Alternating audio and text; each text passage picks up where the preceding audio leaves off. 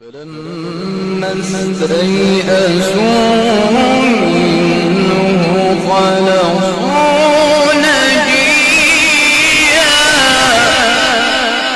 قال كبيرهم ألم تعلموا أن أباكم قد أخذ عليكم موثقا من الله ومن قبل ما فرطتم في يوسف فلن أبرح الأرض حتى يأذن لي أبي أو يحكم الله